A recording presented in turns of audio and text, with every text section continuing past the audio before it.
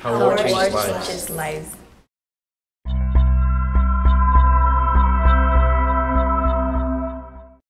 The fall of Saigon occurred on April 30th, 1975, when the South Vietnamese government announced its unconditional surrender to the Viet Cong.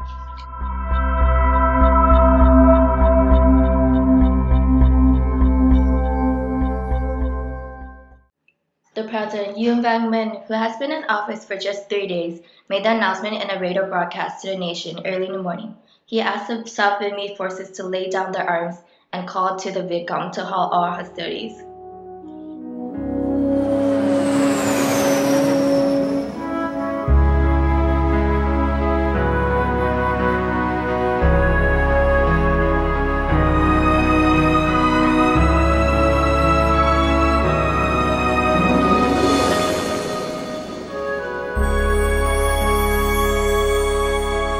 Anh nằm xuống sau một lần đã đến đây, đã vui chơi trong cuộc đời này, đã bay cao trong vòm trời đầy, rồi nằm xuống không bạn bè, không có ai, không có ai từng ngày, không có ai đời đời.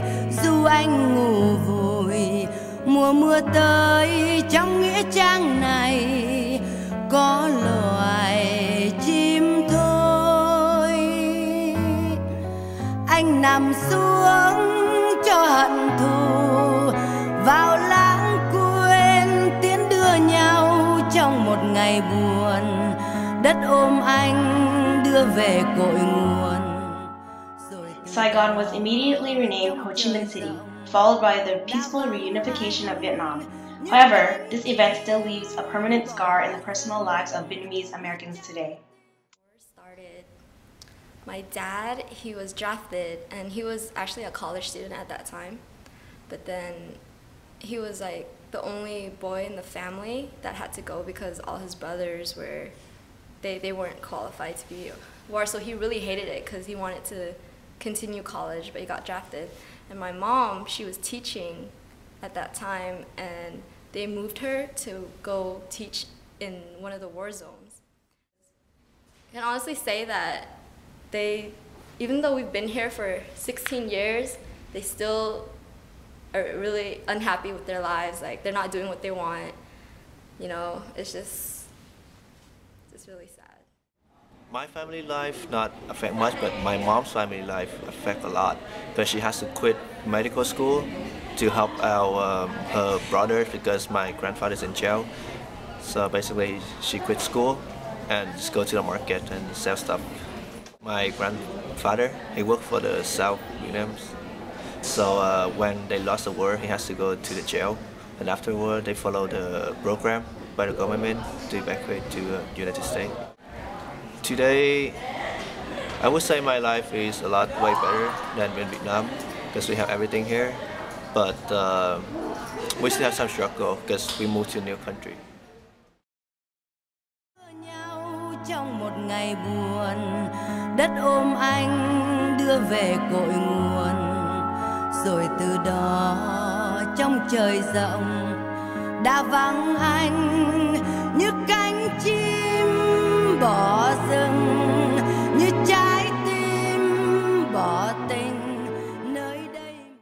My mom told me that she had to line up for rice or something because the government was rationing our food and stuff, and so we only have a limited amount of food, and everyone, like, so all the rich people, they became poor because the government took away their money. It's not so much of what I learned, but the feeling I get from it, because my mom and my dad doesn't really talk about it, so it makes me like wonder what kind of things happened there and how terrible it must have been for them. My grandma owned a soy sauce company, and the communists were able to come to her company, ravage everything, take away her gold, and in essence, you know, having done that, my grandma and her family, they basically fled to Hong Kong where they could, you know, live freely instead of having others, you know, take away what they worked hard for.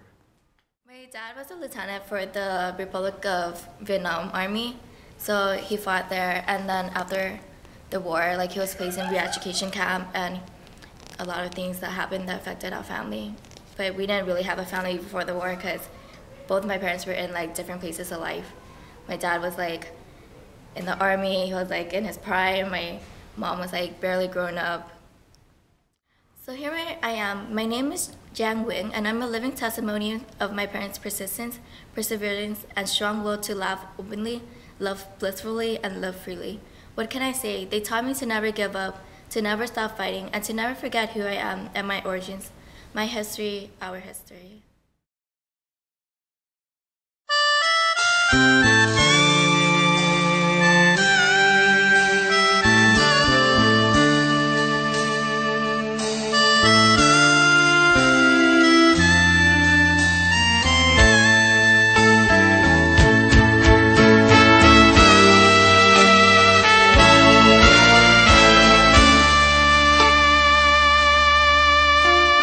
Chiều nay có một người đôi mắt buồn nhìn xa xăm về quê hương rất xa, chợt nghe tên Việt Nam ôi thiết tha và rưng rưng lệ vương mắt. Những người Việt tị nạn ở Mỹ phải đối mặt với nhiều khó khăn và thử thách để có được một cuộc sống ổn định trên một mảnh đất mới. Well, so my mom came here with all her siblings, and they're around teenagers. They went to high school here, of course, and so they went through a lot of hardships of racial discrimination.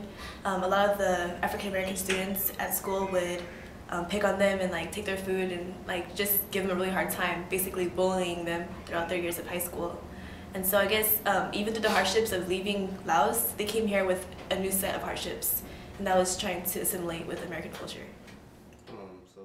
My mom and two uncles went to high school there. They spoke no English. There were no ESL classes, so they were basically on their own. And my mom worked at a Chinese restaurant 4 hours every single day after school, getting paid $2.25 an hour.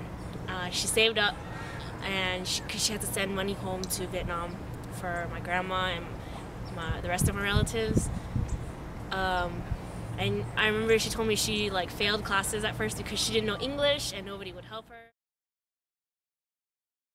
Nơi đó là người gì tan buồn, ngày ra đi lặng câm trong đớn đau,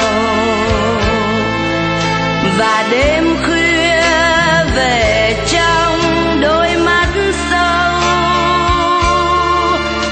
đời như chôn vào con phố sâu. Cho tôi xin lại một ngày ở nơi thành phố cũ, cho tôi xin lại một đời. So my dad, he didn't like Americans originally because they killed his father and his grandpa during the Vietnam War, so he had some tension with that. But anyways, he decided to come to America because it's better life and more opportunities here. My father, he decided to just work, make money and send it back home for his other family. Like all my father's family are still back in Vietnam, whereas my mom's side of the family, a lot of them are here. Knowing where my parents came from, you know, like from the bottom up, from the streets of Vietnam, you know, to the luxuries of Oakland, California, it just makes me really appreciate what they've done in, like, you know, in their journey over here. Like, I get like kind of sad, you know, every time I think about it. Just they went through so much, you know. It brings like a tear to my eye every time I think about how they risked their lives to get on a boat. It just makes me want to be better, like become the best person I can be. Và đêm khuya về trong đôi mắt sâu,